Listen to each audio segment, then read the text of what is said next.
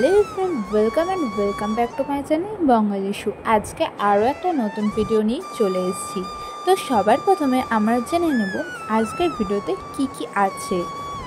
2024 সালে মঙ্গলচন্দ্র ব্রতের যে 4টি মঙ্গলবার পড়েছে সেটা কবে পড়েছে, ব্রত পালনের নিয়ম ও উপকরণ, খিলি কিভাবে বানাবেন।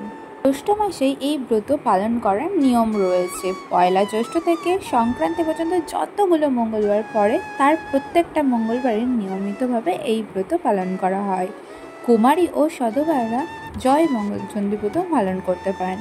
তো চলো প্রথমেই জেনে নেওয়া যাক 1431 বঙ্গাব্দ 2024 সালে কোন কোন দিন মঙ্গলবার পড়েছে। প্রথম মঙ্গলবার ছিল 7ই জ্যৈষ্ঠ এবং ইংলিশে 21শে মে। সেটা কালকে চলে গিয়েছে আর ভিডিওটা একটু লেট হয়ে গেছে, তার জন্য অবশ্যই সরি। এবার পরের মঙ্গলবারগুলো কবে কবে পড়েছে তোমরা সেটাই জেনে নাও। দ্বিতীয় মঙ্গলবার পড়েছে বাংলায় 14ই জ্যৈষ্ঠ 1431, ইংরাজি 28শে মে 2024। তৃতীয় মঙ্গলবার পড়েছে 21শে জ্যৈষ্ঠ 1431, 4ই জুন 2024। চতুর্থ মঙ্গলবার বাংলার 28শে জ্যৈষ্ঠ 1431, ইংরাজির 11ই জুন 2024। বছর 4টি মঙ্গলবার পড়েছে, তাই অবশ্যই আপনারা এই মঙ্গলচন্ডী ব্রত পালন করুন। যদি 4টি মঙ্গলবার পালন করতে না পারেন তাহলে প্রথম আর শেষ মঙ্গলবারটা পালন করবেন। কথায় আছে যে স্ত্রীলোক জল মঙ্গলবারের ব্রত প্রথম পালন করেন তাহলে সে কখনো জলে ডোবে না, আগুনে পড়ে না, কোনো অস্ত্রের ঘরে মরণ হয় না এবং কোনো জিনিস হারালে ফিরে পেয়ে থাকে। এবার আমরা জেনে নেব খিলি কিভাবে বানাবো। 17টি তুলসী পাতা, 17টি আমন ধানের চাল, 17টি জব এবং 17টি মুগ ডালগুলো এক টুকরো কলা পাতায় বেঁধে খিলি বানানো হয়। কলা দিয়ে মেখে এই খিলিটা খেতে হবে। আর মনে রাখবেন এই খিলি যেন দাঁতে না লাগে মানে গিলে খেতে হবে। ভাবে আপনারাও খিলি বানাবেন আর মনে রাখবেন পুজো দেওয়ার পর এই খিলি গ্রহণ করবেন।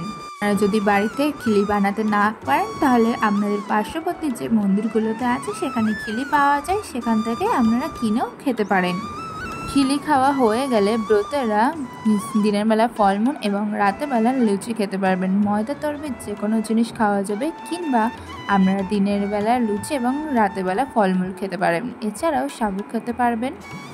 অবশ্যই মনে রাখবেন যাই খাবার খাবেন না কেন কোনো রকম আমিষ খাওয়া যাবে না।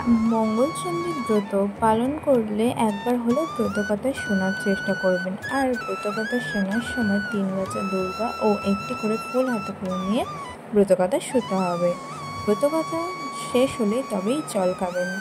জ্যৈষ্ঠ মাসের প্রতি মঙ্গলবার মঙ্গলচন্ডী ব্রত পালনের পেছনে যে প্রচলিত কাহিনী রয়েছে সেটাই শুনে নেওয়া যাক। ইতি ব্রতকথা। উজ্জয়িনীনগরে এক সওদাগরের বাড়িতে এক বুড়ি ব্রাহ্মণী প্রখর রোদে দুপুরবেলা ভিক্ষে চাইতে এসেছিলেন। সওদাগরের স্ত্রী তাকে ভিক্ষা দেয় চাল এবং টাকা, কিন্তু তার কোনো পুত্র নেই শুনে বুড়ি তার দুঃখে না নিয়ে চলে যান। ভিক্ষে না দিয়ে চলে যাওয়া সংসারের অকল্যাণ সওদাগরের বউ কান্নায় ফেটে পড়লেন। তখন সওদাগর খোঁজ করে সেই বুড়ির কাছে যান। বুড়ি তার হাতে একটা ফুল দিয়ে বলেছিল তার বউ যদি ফুল দেওয়া জল খায় তাহলে সে পুত্রের জননী হবে। সত্যি তাই হয়েছে এবং সেই ছেলের নাম রাখা হয়েছিল জয়দেব। এইবার সেই বুড়ি ব্রাহ্মণী আর এক সওদাগরের বাড়ি গিয়ে উপস্থিত হলেন।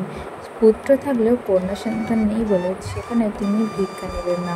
ব্রাহ্মণ জয়াবতী এবং জয়দেব পাশাপাশি দুটি গ্রামে বড় হতে থাকে।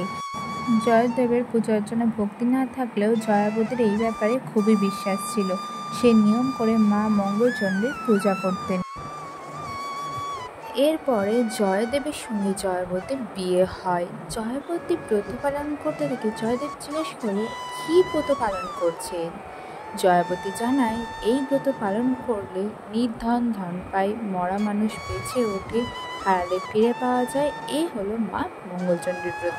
হঠাৎই একদিন জয়দেব শ্বশুরবাড়ি নিয়ে যাওয়ার সময় জয়াবতীর সমস্ত গয়না ডাকাতের ভয়ে একটা পুল্লি করে নদীর জলে ফেলে দিয়েছিলেন। জয়াবতী বিশ্বাসকে পরীক্ষা করার জন্য এটা করেছিলেন।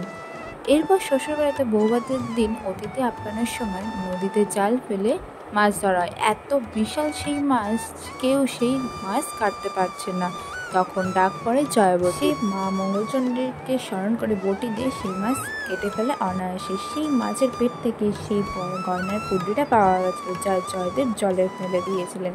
সেই দিন থেকে জয়দেব দেবীর মাহাত্ম বুঝতে পেরেছিলেন। এইভাবে দিকে দিকে ছড়িয়ে পড়ে মা মঙ্গলচণ্ডীর ব্রতের মাহাত্ম। ফ্রেন্ডস, আজকের ভিডিওটা আমি এখানেই শেষ করছি। তোমাদের ভিডিওটা যদি ভালো লাগে তাহলে অবশ্যই like, comment, share and subscribe করে আমার পাশে থাকবে। আর আজকের ভিডিওটা এই পর্যন্ত, বাই।